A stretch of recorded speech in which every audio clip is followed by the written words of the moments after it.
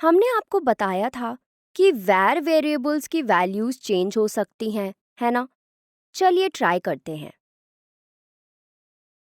तो यहाँ हम होल नंबर वेरिएबल की ओरिजिनल वैल्यू में 40 ऐड करेंगे और होल नंबर वेरिएबल को ही न्यू वैल्यू असाइन कर देंगे।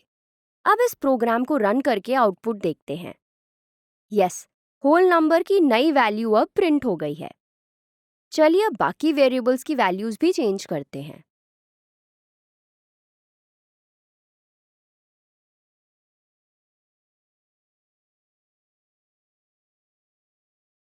अगर आपने नोटिस किया हो तो हमने इन वेरिएबल्स की वैल्यूज के टाइप को चेंज नहीं किया है। फॉर एग्जाम्पल, यहाँ पर इस वेरिएबल की इंटीजर वैल्यू थी और यहाँ पर भी इंटीजर वैल्यू ही है। सिमिलरली इस वेरिएबल की वैल्यू में इन दोनों जगह डेसिमल नंबर है और ये सेम सेंटेंस और बूलियन वेरिएबल्स के लिए भी एप्लीकेबल है। इसका क्या मतलब हुआ? क्या हम एक वेरिएबल की असाइंड वैल्यू के टाइप को चेंज नहीं कर सकते हैं? चलिए ट्राई करके देखते हैं। तो यहाँ इस वेरिएबल की वैल्यू को इंटीजर से डेसिमल नंबर में चेंज करते हैं। अब अगर आप देखेंगे तो आईडीई ने इसे रेड अंडरलाइन से मार्क कर दिया है। ये रेड अंडरलाइन आईडीई का हमें बताने का तरीका है कि यहाँ कुछ गलत है। चलिए देखते हैं ये क्या कहता है। तो यहाँ आईडीई कह रहा है type mismatch required int found double. इसका मतलब whole number variable integer type का है और ये ऐसी वैल्यूज को सपोर्ट नहीं करेगा जिनका टाइप डबल हो। हम डबल और इंटीजर टाइप्स का मीनिंग अभी थोड़ी देर में देखेंगे, but let us complete this section first. तो आपने देखा कि आईडीई प्रोग्राम के रन होने से पहले ही इन वेरिएबल्स का टाइप चेक कर ले रहा है और एरर्स भी पॉइंट आउट कर दे रहा है। ये एरर स्टेटमेंट हमें ये बता रही है कि एक बार कोई वेरिएबल किसी एक टाइप की वैल्यू को स्टोर कर लेता है तो बाद में हम इसमें कोई और टाइप की वैल्यू को स्टोर नहीं कर सकते हैं। This is what is meant by statically typed language. क्या ये टर्म आपको याद आ रहा है? हाँ, हमने ये लास्ट टॉपिक में डिस्कस किया था और आपको कहा था कि हम इस पर वापस आएंगे। टॉपिक 1 में स्टैटिकली टाइप्ड लैंग्वेज की डेफिनेशन को रिविजिट करके देखिए कि क्या अब वो आप पूरी तरह से समझ पा रहे हैं या नहीं।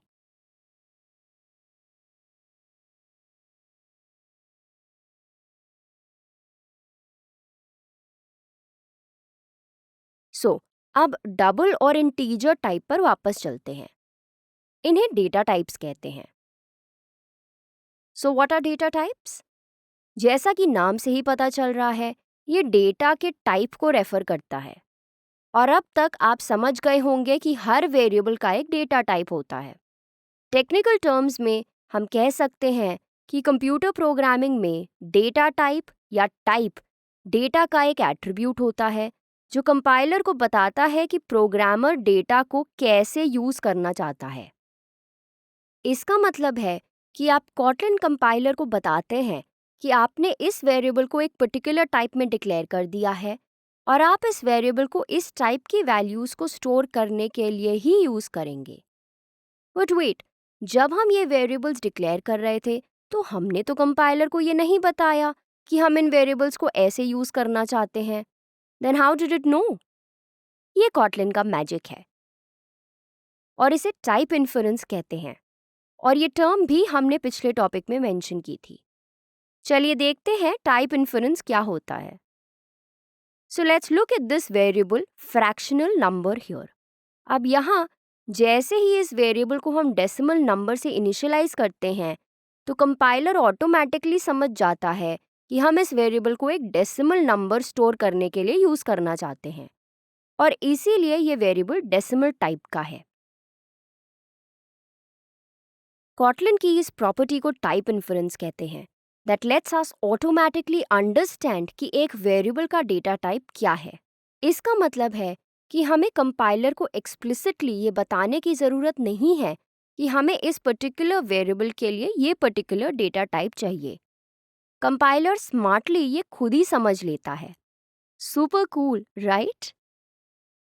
Now let's look at some data types used in Kotlin. यहाँ Kotlin में यूज होने वाले सभी डेटा टाइप्स की एक लिस्ट है. हमने ऑलरेडी इनमें से ज़्यादातर देख लिए हैं. Int data type has integer values, both positive and negative. Double data type has decimal numbers. Boolean data type में दो ही values होती हैं, either true or false. Character data type has characters. String data type में sequence of characters होते हैं, जैसे words, sentences, etc. Float data type has decimal numbers. Double और float data types आपको काफ़ी similar लगेंगे, बट आप इनके बीच के डिफरेंस को अभी कुछ ही मोमेंट्स में देख पाएंगे.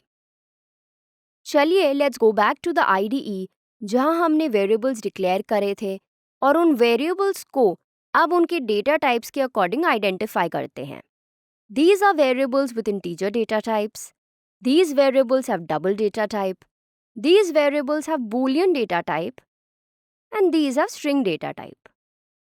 अब हम कैरेक्टर डेटा टाइप वाले वेरिएबल्स को डिक्लेयर करते हैं.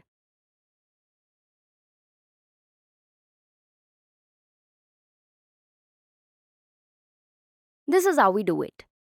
अगर आप ध्यान से देखें तो आपको दिखेगा कि हमने स्ट्रिंग्स डिक्लेयर करने के लिए डबल कोट्स यूज करे हैं और कैरेक्टर्स डिक्लेयर करने के लिए सिंगल कोट्स यूज करे हैं. रिमेंबर दिस वेल, क्योंकि हम इस ट्रेनिंग में स्ट्रिंग वेरिएबल्स को काफ़ी यूज करेंगे. अब हम फ्लोट डेटा टाइप वाले वेरिएबल्स को डिक्लेयर करते हैं.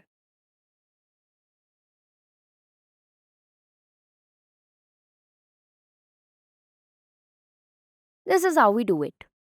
अब यहाँ आपको दिखेगा कि डबल डेटा टाइप और फ्लोट डेटा टाइप में बस इस कैरेक्टर f का डिफरेंस है. आपके लिए एक छोटी सी एक्टिविटी है. Go online and search for the differences between double and float data types in Kotlin. So that was all about data types. तो हमने var वेरिएबल्स की वैल्यू को तो चेंज करने का ट्राई कर लिया, पर हमने ये val कीवर्ड वाले वेरिएबल्स के लिए ट्राई नहीं किया है. अब आई नो कि हमें पता है कि हम उनकी वैल्यूज़ को चेंज नहीं कर सकते हैं, but learning code is all about trying new things. तो चलिए इनकी वैल्यूज़ को चेंज करके देखते हैं कि क्या होता है. सो हमने यहाँ इस वेरिएबल की वैल्यू चेंज कर दी है, बट लुक IDE ने फिर से रेड अंडरलाइन करके यहाँ एरर शो कर दिया है. Let's hover over it and see what it says. तो यहाँ IDE कहता है val cannot be reassigned. ये हम भी जानते हैं. तो हमने एस्टैब्लिश कर लिया है कि हम val वेरिएबल्स की वैल्यूज़ को सच में चेंज नहीं कर सकते हैं. हमने वेरिएबल्स डिक्लेयर करने वाले सिंटैक्स को देखा, बट एक और मेथड है जिससे वेरिएबल्स को डिक्लेयर किया जा सकता है. सो ये है सेकंड सिंटैक्स जिसका यूज़ Kotlin में वेरिएबल्स डिक्लेयर करने के लिए किया जाता है. अगर आप देखेंगे तो यू विल सी कि इस नए सिंटैक्स में हमने आइडेंटिफायर के बाद कोलन ऐड किया है और फिर इस वेरिएबल का डेटा टाइप लिखा है. तो चलिए इस नए सिंटैक्स को यूज़ करते हुए कुछ वेरिएबल्स डिक्लेयर करते हैं.